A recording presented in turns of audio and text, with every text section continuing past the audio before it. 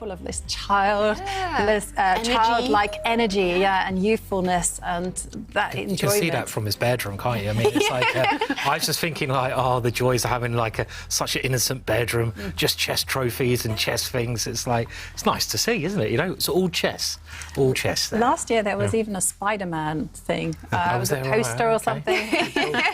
Oh, I can't believe. So he sacrificed Spider-Man for more chess trophies. Most trophies. Yeah. For Spider-Man anymore. Bring Spider-Man back. I see. We've got to protest for Spider-Man. Yeah. And meanwhile, no Queen's Gambit declined. Instead, it's a variation of the closed Sicilian. It's the bishop b5 check Sicilian. That means that white doesn't open things up in the centre yet. Instead, just takes maybe a slower approach. And Eric, he's been doing this for years. For sure, this position isn't new to him. So it's slightly surprising that he's thinking.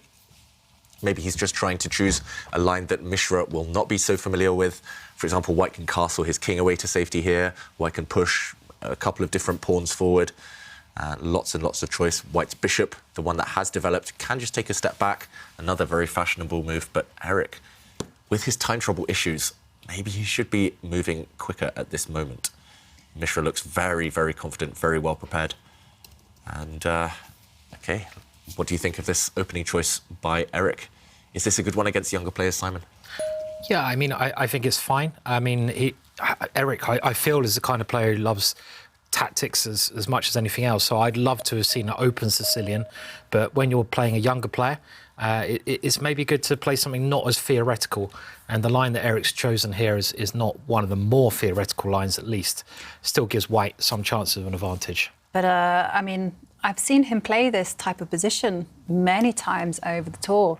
I mean, it's quite actually rare that we see someone have a repertoire and just stick to it. It's very fixed, Eric's repertoire. Yeah, and normally we see players, you know, even though they've done a Chessable course here and there, they're varying. They will play the knight off, they will play French, they will play e4, they'll push with the king's pawn, queen's pawn. And Eric, what I like about it is that if you want to adopt this opening, you can actually follow Eric's games. They would be a good role. One of the biggest mistakes I see sort of lower-rated players play, I mean, this is all theory so far on board, or do, maybe people watching this, is they see the top players playing so many different openings, and they try to copy that approach. They're like, oh, right, Magnus is playing a different opening every game, I should be doing that as well. And I think this is just the wrong thing to do. I think if you're lower-rated, you should probably stick to a much smaller range of openings and get used to them before you try to experiment with loads of different kind of variations, because it's so hard to, well, Chessable, of course, tells you the opening moves. It will drill that into you. But then what you do in the middle game, what are your plans? What are your opponent's plans? What are you trying to do? And if you play lots of different openings, it's very hard to understand what the plans are in the middle game. If you play only a couple of openings, you can master those plans a lot better. So it's just something to bear in mind. Don't always copy what the top players play, even. Yeah, I mean, one of the things that I always suggest is when you're kind of learning an opening, you choose someone like Eric, who is regularly playing that opening, has developed their system, and you study their games. And once you've mastered the little nuances, then you can kind of move on to other openings with a similar type of pawn structure, maybe the same kind of patterns. That's always my advice. And what's kind of really appropriate to our quiz of the day, where we're asking what are the things that you struggle the most with in openings. And whilst the players are pausing, Nikki H says this is not a struggle that Simon will be able to understand, but it says main struggle is not playing Harry to h4 or the h5 square in every opening. Yeah, I mean... You got to do that at some point, Nikki. You have to make the commitment. What do you think, David?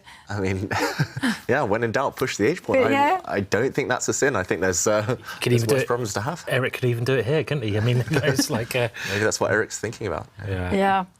And I also, Madridista Forever says, whenever they face an opponent who plays the Queen's pawn opening, I'm absolutely confused how to play, especially when I'm black. Yeah, that's also a common kind of story between us all. We like, for instance, if someone plays the King's or pawn opening, I'm always like, yeah, Caro-Kann, not even a question about that one. But Queen's pawn, a little bit more choice, a little bit more difficulty, different type of position. So, yeah, And again, I would recommend just kind of take a decision. You know, do you like closed positions? Do you like open positions? Do you like to play schematic in a schematic way, which is basically, do you like to follow formulas? Yeah. If so, you know, choose your opening according to that. I think Madridista forever there should be trying to win that Chessable course on the Queen's Gambit Declined. I mean, it's a great way to learn to play against the Queen's Pawn. It's solid. It can take you up several levels. And yeah, another thing, just choose a favourite player, try and learn what they do. But I also like Simon's strategy there. It's the whole kind of jack of all trades, master of none thing. Just specialise in one opening. Just become a master of that opening, no matter what the level, as long as you know the kind of ideas inside out. I don't think it even matters what opening, really. I mean, people are always arguing. Again, it's that opening snobbery thing. Yeah. They're saying, oh, this opening's much better than that opening. And, you know, you even see it, you know, a lot in the chat, dare I say. That some people are like, oh, yeah, that opening's just rubbish. You can't do that. At top level, no one does that. You know, but it's like, yeah, but if you're like 1,000 rated, it doesn't matter. You know, maybe if you're 2,800, it matters a bit.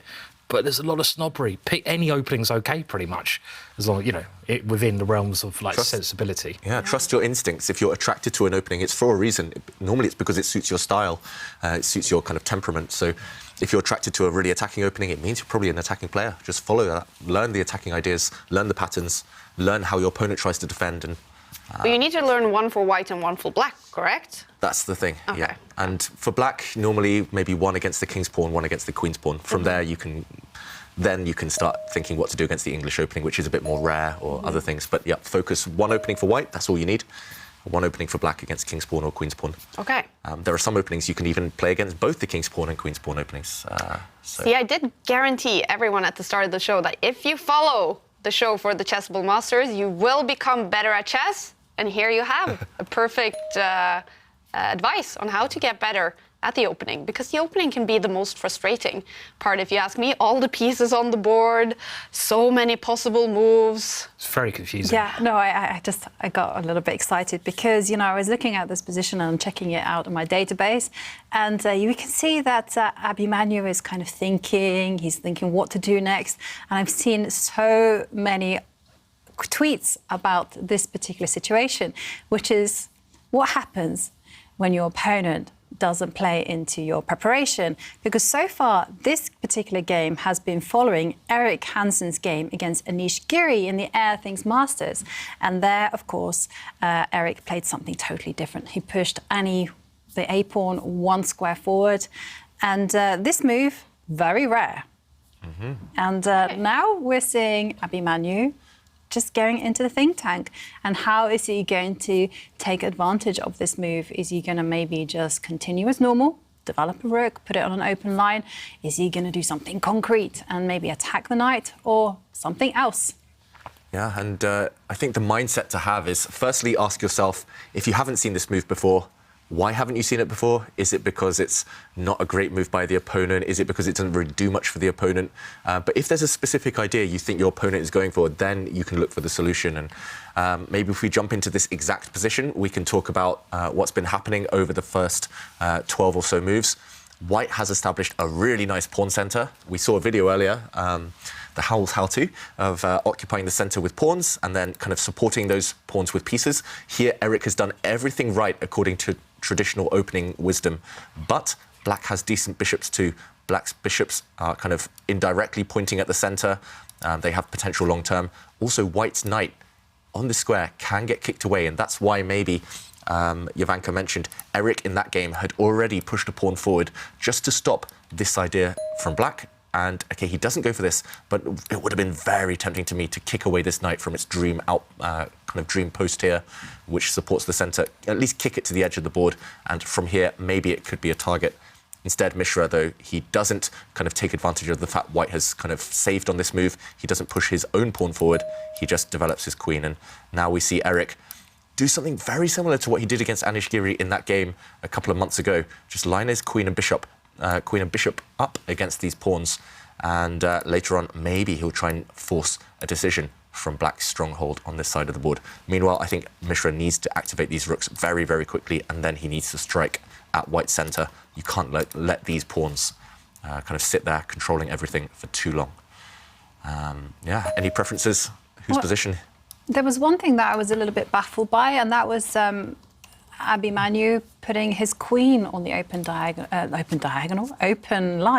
what I wanted to say. And I was expecting a rook to go there. Yeah. I mean, the queen perhaps could be a little bit vulnerable. Yeah, I thought it might be trying to move it around the angle, so the rook comes and the queen goes sort of into the corner, shall we say, even. Yeah. So it's quite hard to explain, but For example, often, just to show a few moves on the board. David's saving me there. Put the queen on this diagonal. So This is quite a common plan. It is, looks a bit strange to put a queen in the corner of the board, but in kind of from afar, she's a great long-range piece, so she supports her bishop on this diagonal. That's maybe one idea, but we'll find out if that's Abhimanyu Mishra's plan long term. This is the current position, and he's definitely going to start bringing his rooks towards the centre. In general, I agree with Jovanka. It's not a great idea to place a piece on a square you're not 100% sure about. It's best, for example, if we just backtrack, this rook is nearly definitely destined for this square, so you might as well put it there first and then keep your queen more flexible. Maybe the queen wants to kind of park herself on the edge of the board. Maybe she wants to come to this square, but once you commit her, you're a bit stuck. And, OK, if we fast forward to the current position, as Jovanka mentions, once the white bishop moves out the way, she will become a bit of a target. So, still in the balance. I'm expecting Eric in the current position either to move his bishop out the way or to make a decision with these pawns, with this pawn, maybe to step it one square forward, or if he's feeling extra brave, to push it 2 squares. Ooh. I've noticed one thing they've done with Mishra, that he seems like a lovely kid, but they used a photo, was maybe the angriest photo ever. I don't know if you saw that, but they had all these other they had all the players lined up, and they all like smiling, and then Mishra was like, oh, it's like he's going to kill you. And it's like they just picked him. But now I'm just seeing they got a lovely picture of him now. So good work there. And I actually know that picture as well is the one used on his Chessable course. Right. This young kid, he actually has a Chessable course. I'm not sure, is it following sort of his games towards becoming his a grandmaster? progress and how he became a grandmaster. Yeah. And of course, Abhimanyu Mishra is actually like a huge adherent of Chessable. You know, in his run-up and his journey to break those records, he was training on Chessable for a ridiculous amount of hours. Craziest I think he had the What is a Chessable streak, first of all, to anyone new to Chessable? It's basically when you practice the openings, what Chessable does, which is kind of unique, it allows you to train it and it scores you. So you have to repeat the moves that it shows you. You have to get the moves right. It's all about move repetition. It's about getting the move repetition correct and just logging in and practicing in that interactive way, something which they've done, which no other company has really done. So just that interactive thing. The streak is you just have to keep practicing, keep repeating. You've also been very into that, Jovanka, right? Yeah, I For was... a period, I know you were very good at keeping your streak up. Yeah, I had 100 days. And then one day there was like some problem with the internet and then I couldn't get onto Chessable. Oh, it's the streak then, so you just have to log in for 100 days in a row? Yeah, you have to log in and you have... Well, I was actually like memorising everything, so I was working super hard. You know, every day I would do 1 hour on Chessable. I was doing this for 100 days. And then one day I logged on and I was like, what's happening? What's happening? And I didn't have because you can buy little rubies and one of them is like to preserve your streak. And I didn't have that one, and I knew I didn't have it. And every time I tried to log on, it wouldn't let me, and I was like, no. And then that happened. Yeah. And I was like, oh dear, I have to start again. And then I built it up to another maybe 30 days. But then I had some tournaments and life got very busy and I lost it. But a great way to motivate yourself to do the work. And it's so interesting to hear these young players actually using Chessable for their work to become grandmasters, to stay at the top level, like we know Abhimanyu Mishra is doing. And what has he been up to over the last year? So he became the youngest grandmaster ever last summer. What has happened since then? He's been playing a lot and doing very, very well. Really, yeah? There was one tournament, for example, in St. Louis that he played in. I think most of the players were grandmasters, and he stormed to victory. I think he won 7 out of his 9 games there. Wow. Yeah, he was crushing grandmasters. It wasn't just winning, but it was just destroying them in style. And I know he's been doing other things, school and life gets in the way. And I mean, he's still so young that he's got so many things going on, but he's been playing and it's been going, very steadily upward for him. So, of course, we know his name now. We'll be hearing it for years to come, but I think in maybe 3 or 4 years, he'll be in the same position maybe that Prag is in, where he's breaking into the elite slowly, and whatever he's doing it right. And he seems to have a good support network around him. Yeah. And an interesting fact about Pragnanda is during our chess talks, he told me that he had to dash off and he couldn't do any sightseeing in Oslo because he was doing school and he was taking school exams. And I think I read somewhere that he's actually taking school exams right now. During this tournament? As well as playing in this tournament. Pragnanda? Yeah, he said he couldn't miss the opportunity of testing himself against the best. So around the chess, he's taking exams. Yeah, impressive. Oh, wow. Impressive guys, these chess players. Oh, wow. Yeah, at 16, I had more than enough to just get to school and then maybe playing some football on the side. I was not competing with the best in the world. These guys are so impressive. And here he is, Mishra, playing against Erik Hansen. Yeah. The bar slightly, roughly to the middle, and Abhimanyu has played fast in this game. Is he learning from losing on time, basically, in that previous game? I think so, and also this is very much still in the realms of opening preparation. I mean, he would have seen that Erik has played this system many times, and so you can just see by the speed at which he's now played that he feels a lot more comfortable with the position, and it's back to business. And Erik is just, he knows what he has to do, but he's just trying to think of ways that he can psychologically outwit his young opponent. I mean, I don't want to be harsh to Erik Hansen, and I just love the way he approaches openings. I like his style, especially with white pieces, but what has he been thinking about? I mean, I do this quite a lot myself, but it's in positions that I'm trying to calculate.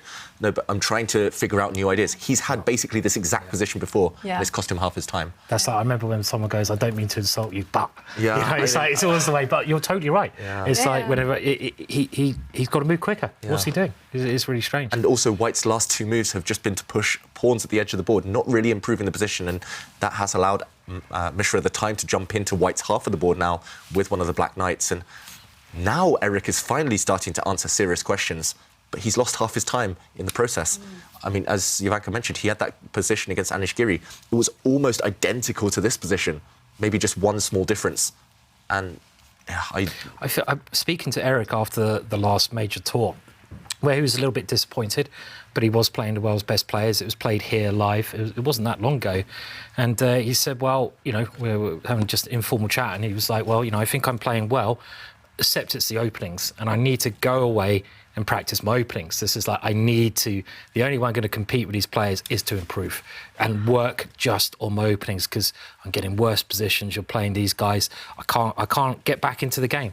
So it's kind of like, it's a bit surprising to sit here, see him play those same openings that he was playing in the last tour. You know, you'd hope that he'd done a bit of work and maybe had some other ideas, you know. Or at least play the same thing, but just faster. If you know exactly where the pieces belong, exactly what the plans are, just play slightly faster. And, I mean, I myself invest way too much time. It's impractical. I have such problems with time management. But in rapid chess, the only way to compete against these guys is to have kind of a bit of extra cushion on the clock for later in the game. We saw that with Mishra when he nearly beat Ding, and just the clock kind of stole that win away from him.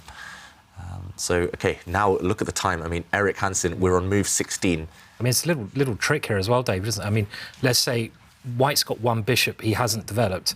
And I was thinking, OK, well, why don't you just bring that bishop out? We can maybe show this analysis board. You want to develop all your pieces. So let's say we bring that bishop somewhere sensible like G5.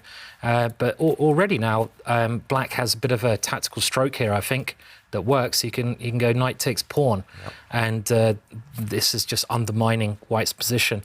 And, you know, if you take that knight of your queen, Black's queen comes down, and now you can see the Black queen is very useful, and you've won a very safe pawn and maybe the game.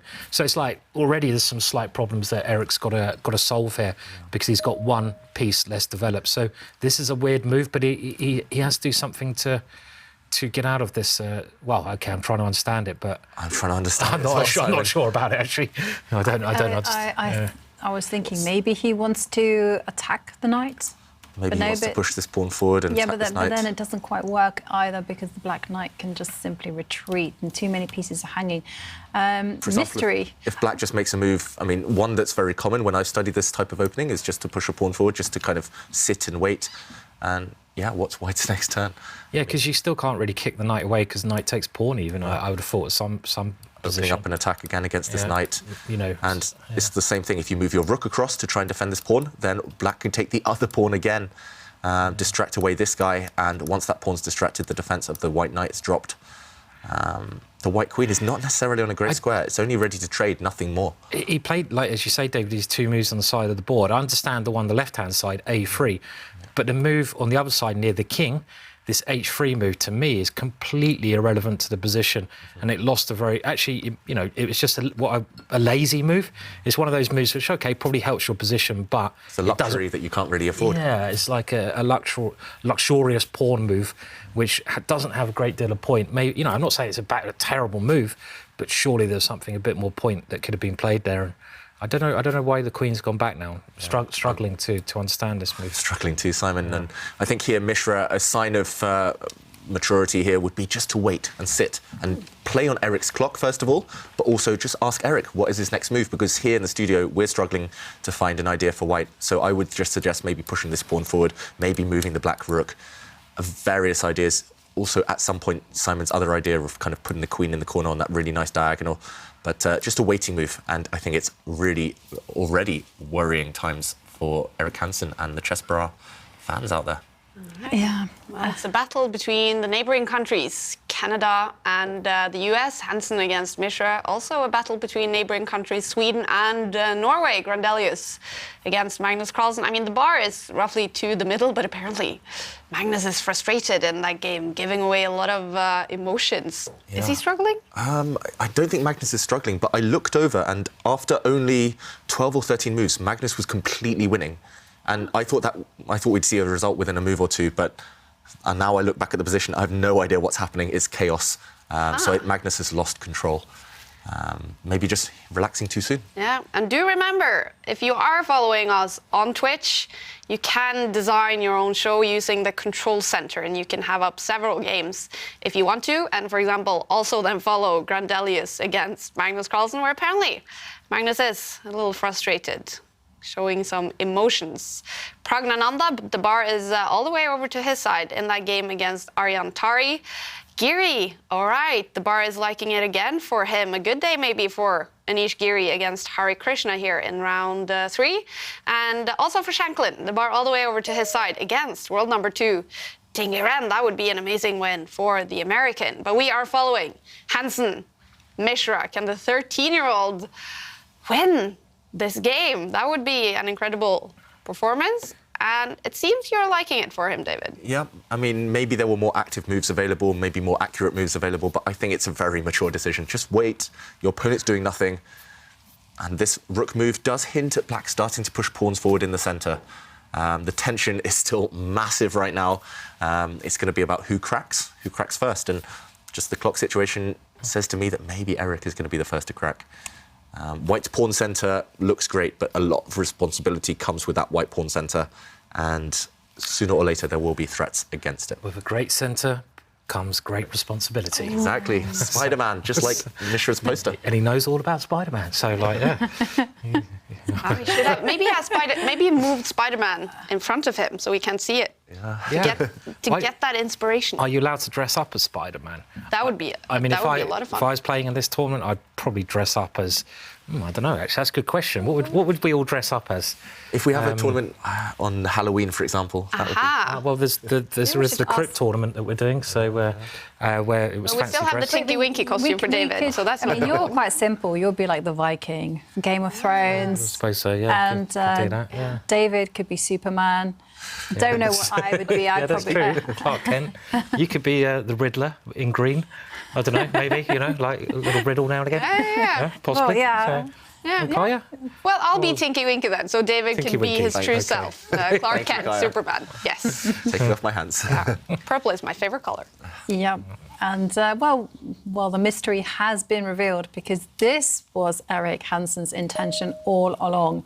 It was basically to challenge with Annie the A-pawn And, well, it looks a little bit odd, though. So his idea is to move all his pieces back to where they start, get ready for the next game.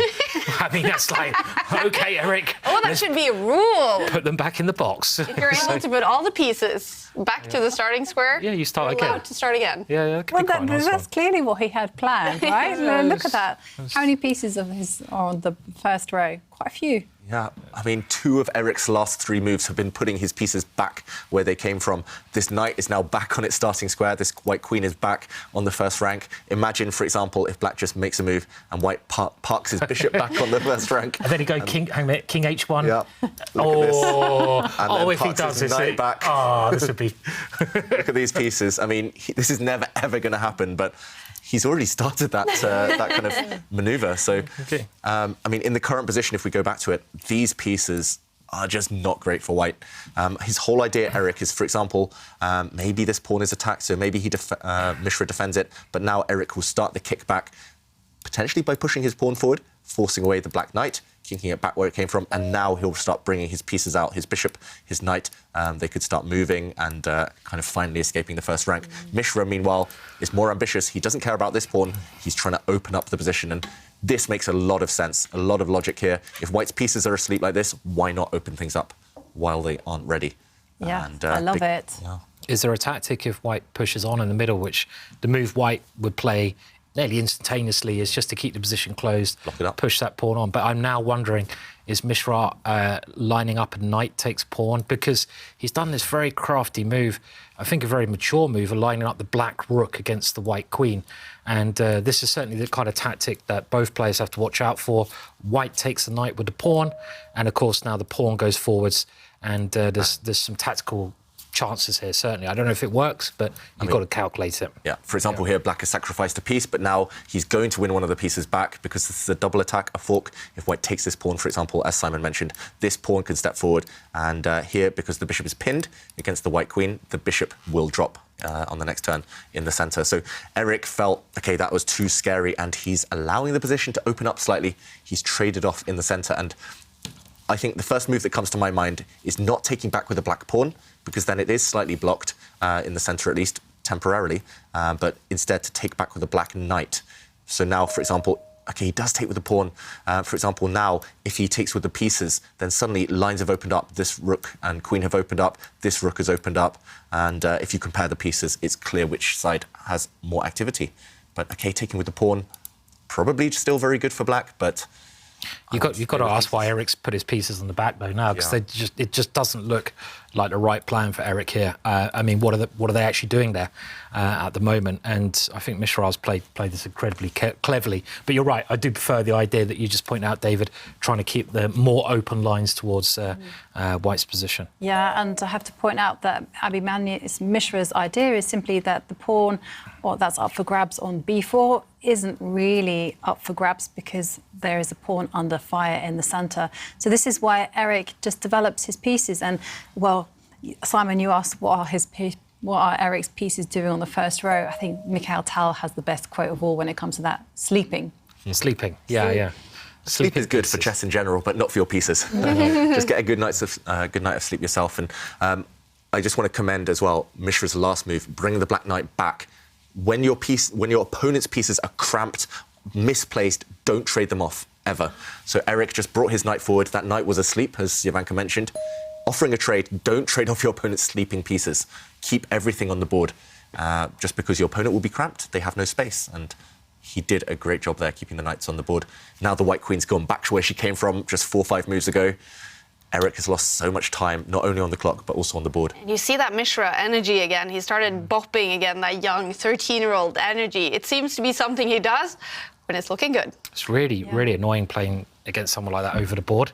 I think Jovanka said that I used to do that when I was Mishra's age. I was just sort of, shaking the table, getting very excited. Is that right? Did I used to do that? No, you weren't. Really? Like, you weren't physically shaking. You were just nodding your head. Yeah, like must be annoying. Must be annoying though. I didn't mean to do it. It's just like No, It's natural when you're young. So much kind of energy, built up energy. Yeah, you've got to put it somewhere, right? When I was his age, well, actually, I was younger than his age. I was always kicking my opponent under the table. That's not very nice. I know. I got told You off so many. kick your Yeah, I know. Why did you because do that? Hopefully. No, it was never on purpose. I was just simply swinging my legs, and I can remember this at one tournament I was playing. I was probably like 13, and they were the two players next to me. One of them actually goes, "Oh, can you please stop kicking me under the table?" And his opponent just said, "No." It was like, what? And I was just like, what a response. So, this quite nice sort of elderly gentleman, was playing like a 30-year-old, and the 30-year-old was obviously kicking him. And he just literally said,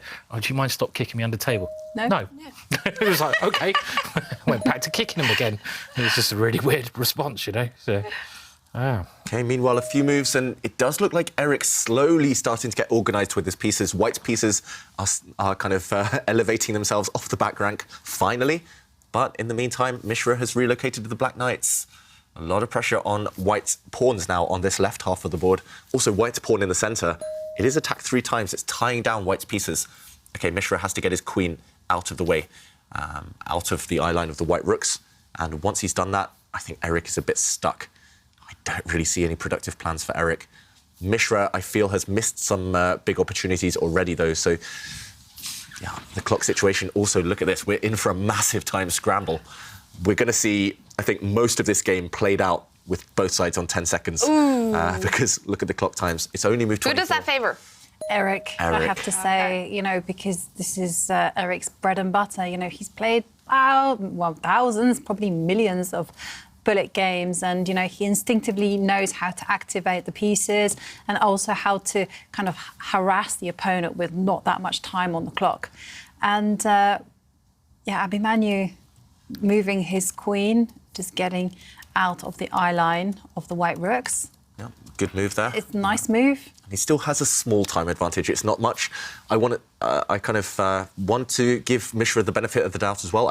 I think if it comes down to a situation where they both have 30 seconds left, if it's pure calculation, I think Mishra is maybe just as sharp as Eric. But if it's just kind of general scramble, chaos, or just slowly improving the pieces, I think Eric has a big edge there now that they're both so low on time. So I do feel Mishra needs to strike soon, before it's too late, before the chance passes, just like it did against Ding in the last round. I'm struggling to see a move there for Eric. Meanwhile, White's queen can take a step up, 1 square maybe. David, when you were Mishra's age, obviously you're highest rated player out of all of us here, and you've been over 2,700. When you were Mishra's age, you kept improving. And one of the problems a lot of players get is they get to an age, maybe a GM, whatever, IM, and they can't improve anymore, And just wondering what you did to keep improving as you did. Was there anything particular you did or that you can remember? Yeah, I mean, I found my journey, especially at Mishra's age, quite kind of I don't know the right word for it, but it was a bit up and down. I mean, I would often make big jumps, and it would take me a long time to consolidate that kind of jump, and then I would make another big jump after 6 months, a year or 2. I mean, I would just work as hard as I could. I'd get in a routine. I used to do a lot of puzzles, always annotate my games immediately afterwards. I would play as much as possible, but I mean, I guess that would be my advice. Just play and be disciplined about it, because when you're young, it's hard to keep that discipline. That's why the top young players, they have such kind of good teams around them. Yeah, the parents, the coaches. I mean, it's hard work. You have to put in a lot of hard work. All the players here, it's not just a magical thing where they've suddenly become, top players in the world. You have to dedicate to learning. They say, I think, to get good at anything, is it 10,000 hours? Yeah. So, anything I wonder whether that number was kind of plucked out of thin air. Maybe just 10,000 hours. 10,000 steps. Yeah. Apparently, that's just a totally random number. They just came up with it. Someone should start monitoring. Even from a very young age. Yeah. I mean, I know Mishra, he's spent thousands of hours, I think, on Chessable alone. So imagine that's just Chessable playing as well. Yeah. I think I've spent tens of thousands of hours playing bullet chess, which is a waste of it. I think one of the problems nowadays is having that balance between playing online and working. Because so many people just love playing online, but they're never really improving. So you've got to have the balance between both. It's fun to play a little bit, but don't forget, if you really want to get better, it's much more fun when you're beating everyone as well. So you might as well do a bit of work anyway. So it's getting a good balance between, the sort of work side and play. Yeah. And how should you balance between working on openings, middle game, and the end game? Is it equal time, basically? Well, it's interesting you say that, because during my chess talks with Shakhriyar Mamedyarov, which will be released quite soon, he actually gives some advice. He goes, focus on the beginning and focus on the end. Yeah, I mean, I think so many people, their openings, I think, are overdone. Yeah. You know, 90% of all chess books, I think, plus, are all on the openings. Yeah. So it's some ridiculous number, and everyone, they just like, oh, you know, they love their openings. I mean, you go around, a lot of people I've taught in the past, you go around to their house, and they have like 100 opening books there, and like, oh, great, you've got so many open books, and they're like, yeah, I haven't really opened many of them, you know, they're just there, you know. But it's like, there are other areas of the game which are more important, maybe even the ending. I think in Russia, they always did it the other way around. They learnt the end game first to give them a good foundation. So I think it's so important not just to concentrate on the openings, but remember endings are really important, you know, middle games as well. Yeah. So, yeah. No, talking about the chess books things, we always had a running joke when I was studying law at university. It was like, yeah, we would just buy all these law books and we'd learn it by osmosis, just by their presence. They would transmit the information. But I mean, there's some nice developments happening in Abhimanyu Mishra's favour and the position, because take a look at that rook on the third row. It looks very impressive. Yeah, and now all he needs to do, I think, to get a big advantage is to back up his rook, Black's rook in the white camp, support it with the other one. He's done it. Very logical, very strong. White's knight now jumping towards some pawns, but it feels like the white pawns are equally weak. White, we did kind of skip over. White did have to trade off his light squared bishop for one of Black's knights. So now Black has the bishop pair as well, and Black's light squared bishop is unchallenged. So White's pawns, if you look at them, a lot of them are sitting on light squares, and those pawns are all going to drop off. Can Black take one right now? There we go. He does go one pawn up, Mishra, and if everything else gets traded off, Black has two pawns ready to march forward and win the game. And, OK, Eric wins a pawn in the centre, but this pawn is much less relevant right now.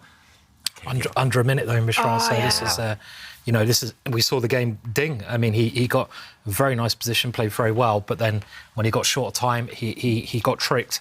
Is it going to be the same formula in this one? He's done everything right so far, we should say. No kind of complaints about his moves, and these two pawns are marching. They are connected after all. The good thing about this position, maybe compared to that ding endgame, is here you can kind of play by hand. You can kind of just play by instinct. There's not, at least right now, any calculation to be done. Ding, that endgame was very sharp. Mishra just kind of miscalculated one move. And yeah, it's just the clock. The clock's the only thing that can stop him. I think he's winning on the board right now, Mishra. The more I look at it, the more I think those two black pawns, the A and B pawns for Black, can't be stopped.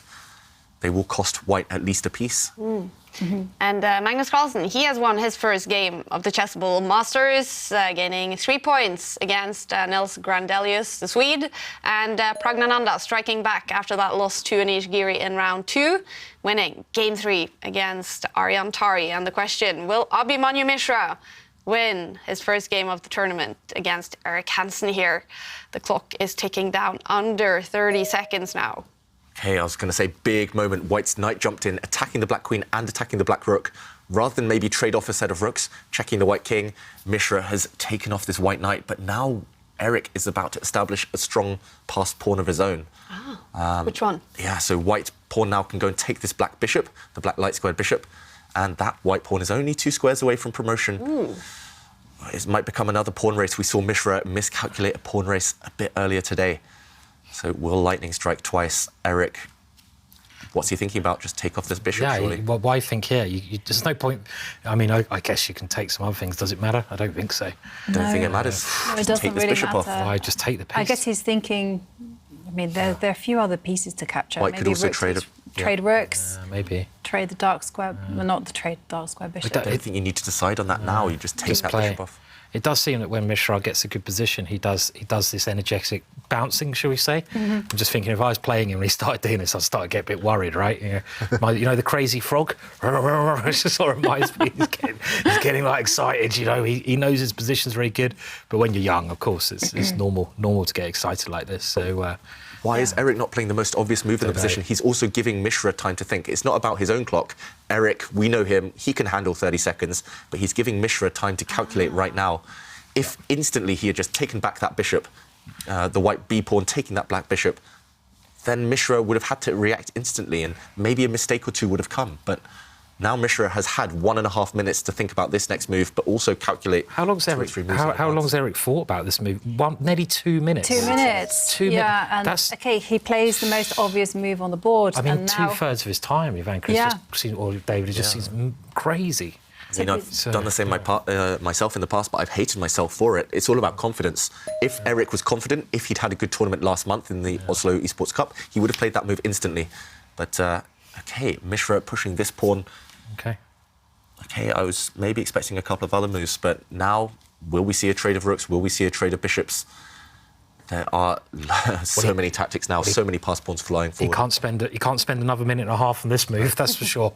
He needs to move quicker this time, Eric does. And that's the thing, Mishra had 3 or 4 sensible options there, so why was Eric trying to calculate all of them? He should have waited to see what Mishra would choose, and I think this is a good tip for everyone at home. If your opponent has 4 or 5 moves that look roughly the same, don't spend your move thinking about all of them. Just play your move, think first, kind of play first, think later. Oh, that's a good tip. Unless it's kind of an attack where you have to calculate every single detail, especially in blitz chess, rapid chess. And now take a look at the clock situation. Eric has just under 20 seconds. Do you think this is a deliberate kind of tactic? We also see Stockfish the moves, because I think this might be a critical moment. Oh. And OK, there's only one good move for white. Everything else gives Mishra a big advantage. He has to take that black pawn that has just moved with the white knight. And he doesn't. Doesn't find it. He finds the 3rd best move, but Mishra now winning again. Sorry, Ivanka. No, I mean, that was definitely a critical moment. And he's played it now. Now he plays it. Some chances. I mean, you've got to get rid of those pawns, haven't you? I mean, oh look at Eric. He doesn't like it. Yep, that white knight can just be captured. Black is going to be 1 piece up. It's all about whether white's far advanced pawn is strong enough. Is that pawn strong enough to compensate for a piece, though? It doesn't feel like it should be. No, I don't think so. No, especially when the black knight and the bishop can coordinate very well to control the white pawn advance. But it's going to come down to the time. Mishra is also 17 seconds, and of course, maybe the queens, queen endings, you never know. There's always that opportunity for perpetual checks. Yeah, but this is the type of position where if Mishra had 1-2 minutes, he would never, ever lose. Yes, if white is accurate, if white performs a miracle, it's a draw, but nothing more than that. But with the clock situation, 3 results are still possible. OK, white's queen jumping in. It does look slightly scary for black, but OK, that looks like a good move. Yeah. Just using the black bishop to lock down that white pawn that wants to push forward. It's a threat. Knight takes pawn here as well. Yeah, I mean, if black can win that last pawn, it should be pretty straightforward, because that's the one pawn that Eric's going to base some tricks around, that advanced pawn. Yeah, that black bishop has taken away the only escape square for the white king off the 1st rank, and that's why Eric's had to take a time out, creating another escape square. Can we go for mate now? I mean, this is where you probably don't. You keep the safety first approach. What's always a good move? Pushing Harry. Yes. Yeah. So better late than never. The H-pawn pushing forward. That's just a move to give the black king more space, to maybe make the white king feel a bit unstable if that black pawn continues pushing. So multi-purpose. Looks good. And now the white bishop attacking the black knight. Eric shaking his head. Yeah, he doesn't like it. He hates losing, and especially to younger players. And Abhimanyu Mishra is only 13 years old. Yeah, I think you've got to beat them when they're young. Yeah. Because when they get older, you don't get another chance. I mean, I've managed to beat a couple of these guys when they're when they're very young. Including Magnus, Simon. Yeah, when he was young, and because later on there's no chance I beat him. So, got to beat them when they're young. Mishra, he's done, again, everything right on the board. Look at the black knight and the black bishop. They've completely locked down the advance of white's c-pawn, that far advanced pawn. So now the black queen is free. She's free to do her own thing, go after pawns. And this is such a great, nice move. There's really no way for white to even think about defending that pawn in the middle of the board. OK, white gives a check, but doesn't improve the position. No, black king is going to step forward, and then once again, queen takes pawn is coming, and, those white pawns are going to start falling off the board. Yeah, 2 pieces are better than 1, and black's 2 pieces, the knight and bishop, just control everything. This one, Mishra is about to win. Yeah. It's almost guaranteed at this point. Wow. Eric down to 2 seconds as well. He needs to move. Okay, he moves his queen, but as Ivanka mentioned, 1 pawn is going to drop. The next pawn will soon drop. And, it's just a cleaning up job now for Mishra. Get the Hoover out. Yep. He's ready to resign. Eric Hansen, he just turned 30 years old, I think. Abhimanyu Mishra, he is 13. He is number 602 in the world. Eric Hansen, number 200 something. Will this be a huge win for Mishra? Yeah. And especially, you know, because it's his tournament situation, you know, it's game 3 and, you know, he wants to win. And last time, you know, it was a big effort for him to win one game. Now, definite improvement. And, well, he's being ruthless right now over the board. Flashy finish. Nice kind of tactic there. So black's bishop grabbed a pawn. If that black bishop was captured on the last go, then white's bishop would have dropped. So rather than just trade off bishops, Eric has run away with his piece, trying to push his pawn forward, but it's not going anywhere. So we actually get the same position we had 2 moves ago, but white has lost a pawn in the process. Yeah, now it's level number of pawns. Black simply has an extra knight, and that's going to win the game. The black queen can go pawn hunting. There we go, that's a check. Will she grab a pawn on the next go? Yep. With some nasty threats maybe as well. Yeah, So, why not? why not take them Take all? the pawn Take them all. and Be greedy. threaten to Yeah. jump in with a knight and give a deadly check. Now you're a pawn and a piece up, so... Yeah. Yep. And white's far advanced pawn is firmly under the lock and key. Nowhere. It's no chance now of Eric saving this game. No plan, simply. And this time, Abhimanyu, he handled his time really well. Perfectly, yeah. And look at that. He bobs his head. He's trading queens and he wins the game. Look at that, a celebration from the 13-year-old. He wins game 3 here against Eric Hansen.